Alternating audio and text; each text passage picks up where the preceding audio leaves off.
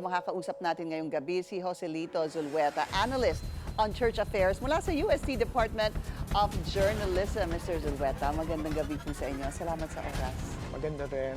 Okay, Magandang tatlo, this is the first time. We have three cardinals that will be part of the conclave, yung pagboto nila sa conclave. Gaano ka-importante to para sa Pilipino? Well, it's very significant. No? Kasi the last conclave in 2013, there was only one Filipino cardinal joining the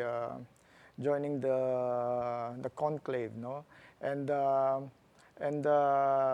that time, retired na si Cardinal Vidal. No? So this would be the first time na there will be three Filipino cardinals, no, who will vote for the next pope and who themselves are eligible to be the next pope. Sino ho ba ang lumalabas o ilan na lang ang lumalabas ng mga front runners? Well, this is a very contentious affair, no. Pero based on my observation, I think there will be around 5 to 7 who would really be papal contenders. At kasama ho ba dyan si Cardinal Yes, Tagle? definitely. Kasi si Cardinal Tagle is the head of the Dicastery for Evangelization. No, that's the Vatican Ministry for Evangelization, no, which used to be known as a Propaganda Fide.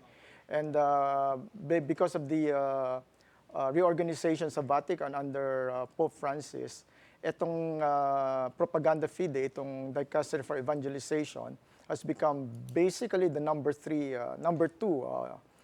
ministry after the Secretariat of State, headed by Cardinal Porelin, who himself is a papabile. Ay ganun pala yun. Meron palang ganung mga itong sinasabi yung propaganda fide. Yeah. I see. So basically, Cardinal Tagle, under Pope Francis, he would be the number 3 sa Vatican. Opo. Yung pong si Cardinal Tagle ay tinatawag na Asian Francis. Yan ho ba sa pagpili ng Santo Papa, is that going to be an advantage for him, you think, or a disadvantage? May pro and con, no? It's an advantage in the sense na, syempre, we're still grieving for Pope Francis, and we're still, basking in his legacy, legacy of mercy and compassion, openness to other cultures, other religions, helping the poor, yung papacy niya is one of mercy and compassion. Pero may con doon is that yun nga, he's being portrayed as the Asian Francis, no? And Francis, of course, may mga supporters si Pope Francis at may mga critics din si Pope Francis, no? So sabi nila medyo polarizing figure si Pope Francis, no? Pero of course, as I see it, no, he was able to unite Catholics, he was able to unite people, pero at the same time, in pushing for all of these reforms, may mga nag-disagree din sa kanya. And then of course, yung mga nag-disagree sa kanya would look at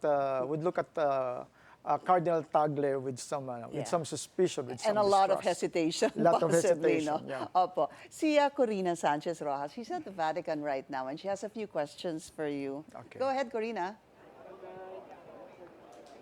Okay, Professor, magandang gabi po dyan sa Pilipinas. So, mahirap po makakuha ng diretsyong mga pananalita mula po dito sa mga miyembro ng simbahan. Pero kayo po ba isang ayon that Pope Francis was also polarizing in that not everybody agreed with him at kung paano po niya pinausad ang mga panuntunan ng simbahan? To some extent, yes, I will agree with that, no? Kasi may mga reforms si Pope Francis that alienated some conservative traditional Catholics, no? For instance, he basically overruled yung motu proprio nung predecessor niya, si Pope Benedict XVI, on the holding of the traditional mass, no? So he basically tightened yung rules and regulations on the holding of the traditional Latin mass. So much so that you cannot maraming traditional conservative Catholics who preferred the Latin mass, they couldn't celebrate it, no. At the same time, yung last move niya to make a special blessing for homosexual couples or couples in irregular partnerships or relationships, this alienated some Catholics, no. So Itong marami siyang mga reforms na maganda, meron siyang mga reforms na divisive, no? So I will agree that to some extent he would be a divisive, he created certain divisions within the Catholic Church. So mayroon po talagang mga kategorya ng pagkaliberal o moderno, hambing doon sa tradisyonal at konserbatibo. Yeah. Dahil Yeah. ito po pinabubulaanan ng ilang mga miyembro ng simbahan dito. Yes. Well, I'm coming from the point of view as a journalist who has covered certain Vatican events, especially the Conclave of 2005 and 2013. No? My observation with this forthcoming conclave is that all of these divisions will come into play to some extent. No? Kasi nga, Pope Francis, coming from the doctrinal clarity that was fostered under Pope John Paul II and Pope Benedict XVI, he tried to push the envelope. No, he tried to be more pastoral. He tried to reach out to what he called as yung mga people in the margins, people in the Marginalized. peripheries. No, so mahirap i-apply yung certain pastoral initiatives. No. Based on the strict moral doctrines of the church, no. Pero that is, I think that is his achievement, no. From the start, he said that his papacy would be characterized by one of mercy and compassion. But of course, in pushing for this pastoral initiatives, there will be some people questioning na he might be going too far. Okay, huling tanong na lamang po, sa inyo pong pag-aaral ng kasaysayan, ng direksyon ng simbahan, pausad po ba tayo o mayroong malaking paghihikayat mula sa mga tradisyonal na dapat ay bumalik sa dati pagkatapos natin maging Santo Papa ang isang Pope Francis? I don't think there will be a full return to the Church of old, no. I think since the Second Vatican Council, the Church has been trying to come to grips with modernity, come to grips with the contemporary realities, no. Maski na naman si Pope John Paul II and Pope Benedict, no, they had to push the envelope, no.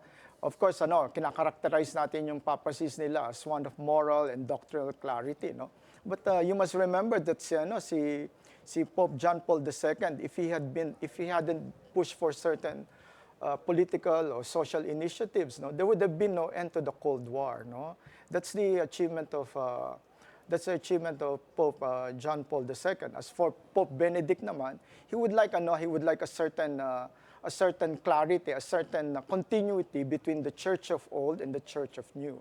No, so in the case of si Pope Francis, because he's a Jesuit, so may missionary spirit siya. And yung missionary spirit really dictates that you should meet those who are in the fringes, you should meet those who are people of other cultures and religions. So there would be a certain encounters, no, certain engagements na hindi ganong kalinaw yung position mo, no. So I think the next pope, I think the next pope would move a little bit to the right or to the moderate right, in order to somehow put a stop to certain progressivism ni Pope Francis. Pero at the same time, ipagsasama niya yung legacy sila Pope John Paul II, Pope Benedict, and Pope Francis. So I think for all Catholics naman, all Catholics are supposed to pray that the Holy Spirit will work there, no, under the beautiful frescoes, no, of Michelangelo in the Sistine Chapel. And that's the task of all Catholics, to pray that the right person will emerge out of the Sistine Chapel starting this Wednesday, no. Okay. Yes. Maraming salamat po sa inyo, Professor Joselito Zulueta. And Pinky, kami naman dito mula sa Vaticano ay magbabalik pa rin bukas. Araw-araw po kaming magbibigay sa inyo ng mga updates at kaganapan mula po dito sa Vaticano at lalo na kapag nagsimula na ang botohan sa Conclave. At mula po dito sa Vaticano sa Roma, ako po si Corina Sanchez Rojas, nag-uulat para sa Bilyonaryo Channel. Maraming salamat sa iyo, Corina. We'll see you again tomorrow. And of course, kay Professor Joselito Zulueta mula sa UST Department of Journalism. Professor, maraming salamat Thank po. you, Pinky. Thank you, Corina.